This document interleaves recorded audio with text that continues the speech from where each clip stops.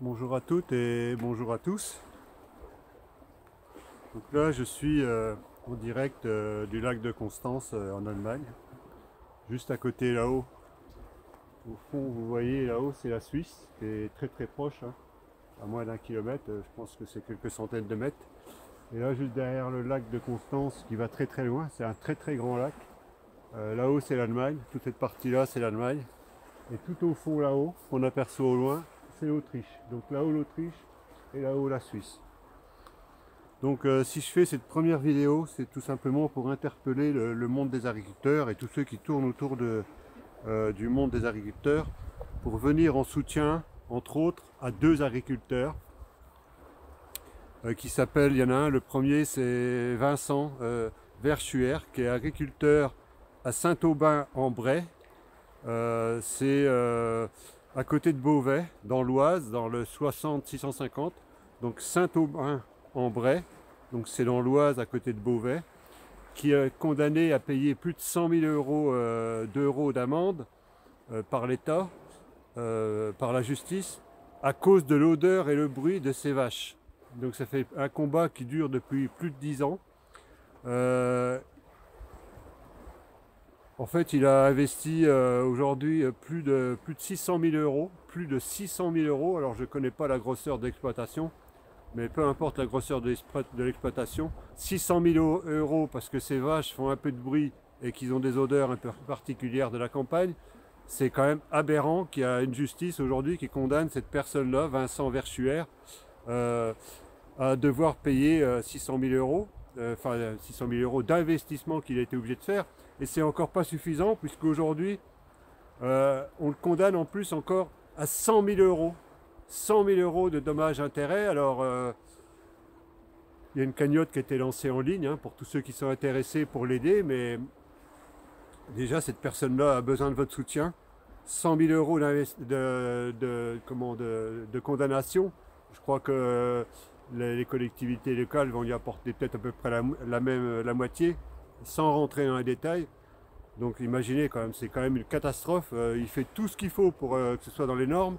Et aujourd'hui, les gens autour de Beauvais, en l'occurrence les gens de Saint-Aubin-en-Bray, font tout pour lui casser les pieds. Donc ça, c'est dans le secteur de Beauvais. Et je voudrais retenir votre attention au niveau aussi d'un jeune qui s'appelle Nicolas Naudier, qui a 19 ans, à Noiseau, N-O-I-S-E-A-U, qui est dans le 94 880 dans le Val-de-Marne, donc juste en dessous de Paris, pas très loin, on va dire entre le sud et l'est de Paris. Donc ils sont tous les deux reliés de 136 km. L'État veut lui prendre ces terres pour construire une prison. Alors c'était de 600 personnes, maintenant c'est de 800. Faut croire qu'ils ont l'intention de mettre un paquet de monde en place. Là, il y a encore de la corruption derrière tout ça. Ça c'est clair. C'est des gros investissements. Donc sur une ferme de 140 hectares, ils sont à 3 dessus. Donc Ludovic est avec son père et un autre voisin. Ils font tourner l'exploitation depuis pas mal d'années. Et en fait, il faut savoir aussi que cette exploitation-là, elle est drainée depuis le temps du Moyen-Âge, avec des tuyaux, en l'occurrence, qui drainent en tuiles.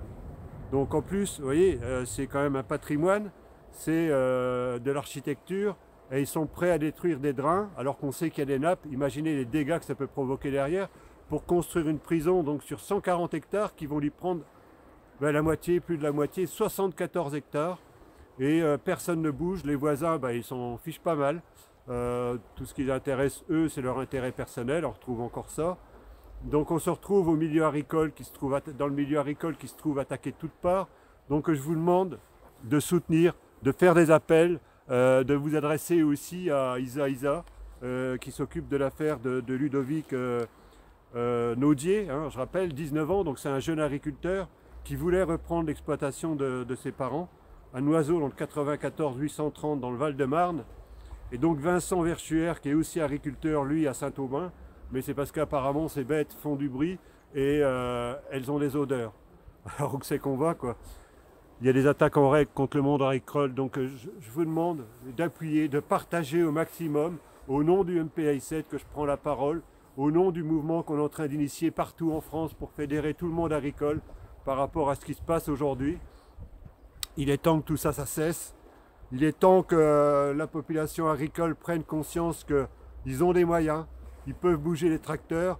Et aujourd'hui, sans parler de ces deux cas-là, mais je vous demande de bien retenir, je les mettrai dans le descriptif, hein, enfin dans la première écriture, que vous puissiez directement les contacter, leur apporter votre soutien, les encourager, allez vous déplacer sur place pour voir qu'il y a du monde qui sont prêts à les soutenir dans le monde agricole, mais aussi pas que, tous ceux qui sont rattachés aux valeurs de la terre, de la nature. Je vous demande de prendre conscience et d'aller voir, d'inonder de partage, d'inonder les vidéos que je suis en train de faire passer et de l'inonder de messages de soutien et d'aller vous déplacer sur place pour les encourager. Le monde agricole, c'est plus d'un suicide par jour. Alors pour ceux qui pensent qu'ils ne sont pas concernés aujourd'hui par tout ce qui se passe, il faut savoir que demain, ça peut être votre frère qui se suicide, votre sœur, votre fils, votre enfant, un neveu, un de vos parents. Vous pouvez être tous concernés par ce qui se passe aujourd'hui. Plus d'un suicide par jour dans le monde agricole. Très peu d'agriculteurs ont un repreneur derrière.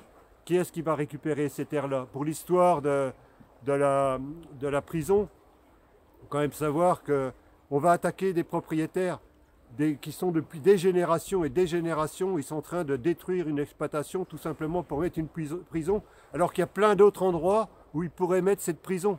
Il y a plein d'autres endroits qui sont en friche. Mais non, c'est là, parce que tout simplement, il y a un agriculteur, il y a une exploitation qui est d'origine familiale depuis des générations, et on est prêt à détruire ça, sans savoir que, sans se fiche pas mal de ce que représente ce jeune agriculteur-là, qui aujourd'hui n'a pas les moyens de se défendre, et aujourd'hui faites quelque chose.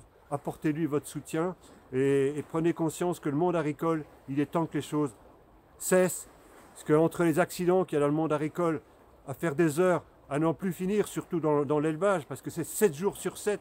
Et des fois, il y en a qui travaillent des dizaines d'heures par jour. Vous imaginez la charge de travail. Là, aujourd'hui, l'agriculture devrait servir à nourrir les populations. Et ça devrait être le cas. Il est temps aujourd'hui de tourner cette page-là et de prendre conscience que tout ce qui est en train d'arriver à ces deux personnes-là que je suis en train de citer, et je pourrais vous citer encore des cas, des dizaines d'autres cas de personnes qui nous ont contactés. Et j'ai pris ces deux-là dans un premier temps pour qu'il y ait un élan de solidarité au travers de ces personnes-là et de leur donner un coup de main et de dire stop à tout ce qui se passe aujourd'hui au travers de la corruption, au travers de vouloir prendre les terres des petites exploitations, de ceux qui sont propriétaires tout simplement pour que ça aille dans des grands groupes. Donc c'est pas de ça qu'on veut. On veut un pays où on a envie de vivre en paix aussi avec la nature. Donc c'est essentiel et de manger naturellement. Donc j'appelle tout le monde agricole aujourd'hui à prendre conscience de ce qui se passe. Moi je suis en retraite agricole aujourd'hui. Bien sûr que je dois aller voir Ludovic, j'irai le voir et j'irai certainement voir l'autre personne. Il y a une cagnotte qui est en train d'être faite pour Vincent Verschuer pour essayer de lui donner un coup de main par rapport à des personnes de Place d'Armes, des groupes qui sont rattachés par rapport à Place d'Armes. Donc j'ai reçu cette info-là. Donc une cagnotte. Si ceux qui veulent avoir le lien, demandez-le moi, on vous le donnera. Mais peut-être qu'on pourrait faire quelque chose comme pour Ludovic d'équivalent. Ils ont essayé de faire une cagnotte pour 150 € qui a pour l'instant de dons, et dont plus de 60% vont repartir à l'État. Donc où est-ce qu'on va quoi? Donc aidez ces personnes-là, aidez le monde agricole si vous voulez que demain ils puissent continuer à vous nourrir et que ce n'est pas l'industrie qui va vous nourrir et que vous n'aurez plus le choix de ce que vous avez dans votre assiette. Il est temps pour les Français de réagir. Donc voilà, c'est tout ce que je voulais dire. Mais il ne faut pas oublier que le monde agricole est en train de payer très cher l'industrialisation et qu'il y a des accidents. Je vous ai parlé des suicides, des saisies des terres. Un coup, c'est le troupeau qu'on va saisir avec les directions, les DDA, les directions départementales de l'agriculture ou la direction des services techniques, des services vétérinaires qui vont faire des contrôles à tout va. Pour mettre une pression énorme. Donc voilà, je vous demande de partager, d'en parler et d'aller encourager ces deux personnes-là qui vous aurez les noms sur le descriptif dessus. Merci de votre écoute et à très bientôt.